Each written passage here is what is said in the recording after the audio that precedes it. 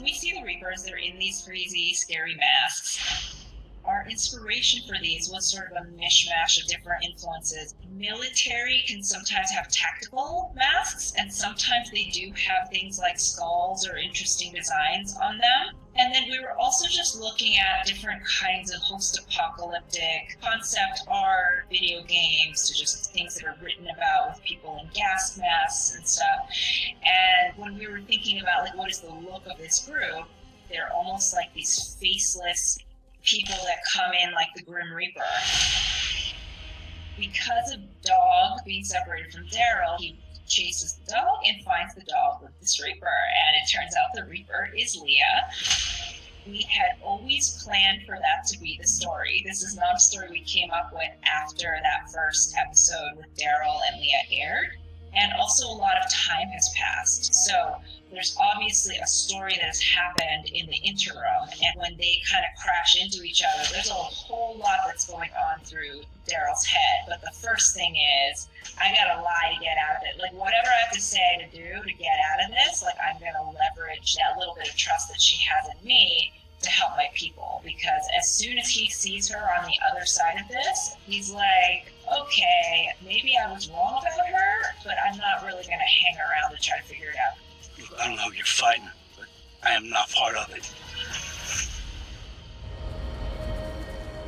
The way that we always thought about this group is that they probably have a series of things that they do when they come across what would be enemy combatants to them. They were all basically like military contractors, or what some would call mercenaries.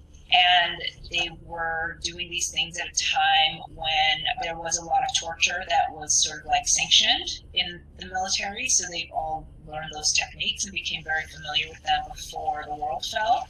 And so for the Reapers, this is just part of what they have to do. And I think Leah is a character that she can't be seen to be showing any softness towards anybody. She is part of this group and she answers to somebody else. So she may be the one that is at least in name in charge of the situation, but I think that question sits out there like, is she really in charge of the situation, or has she been asked to carry out orders and she feels that she needs to? She doesn't love what she's seeing, and she puts a stop to it or a pause to it when it feels like it's going too far for too long.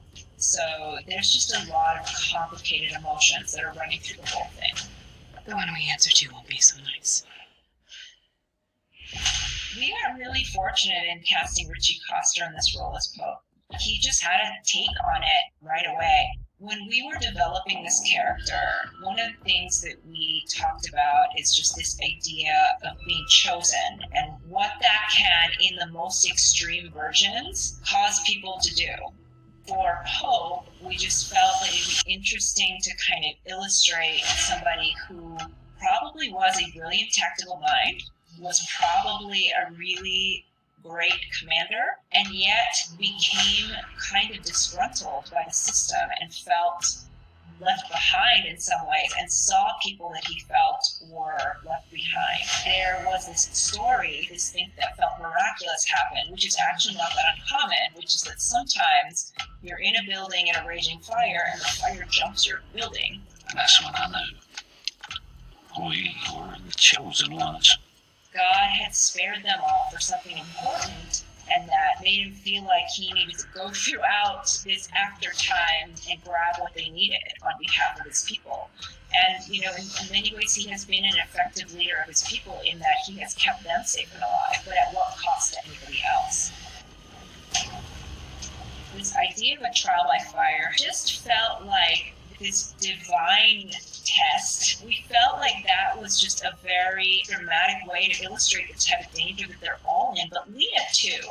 For whatever it's worth, there is a kind of a turning point for Leah in that moment as well, because it's one thing to be inside the circle of love and to feel like she's one of his favorites and he sees her as a daughter, but what kind of father sticks their daughter in a room and sets it on fire with no obvious way to get out? That is super, super intense. And so for both of these characters, they kind of come out of this, and Pope intends for them to come out feeling like changed people, and they do, but maybe not in the way that he's thinking is going to happen.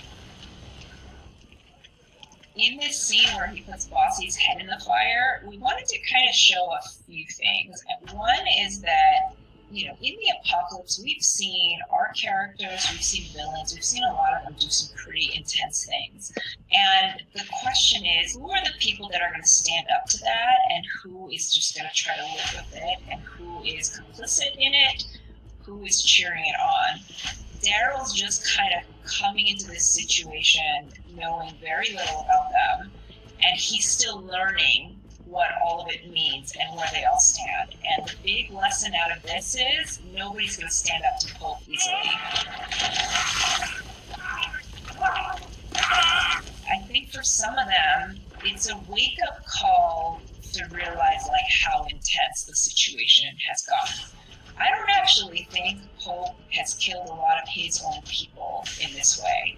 I think it's always been like, it's us against the world. But now that he's put Leah in a burning room, just threw one of these people that she considers like a brother in the fire, the equation is shifting. And I think there's a sense of unease. For Daryl, all of this is intel that he's taking in, and he's realizing, like, I've got to tread very, very carefully here. He's in a dangerous situation. We are the chosen ones! We're up!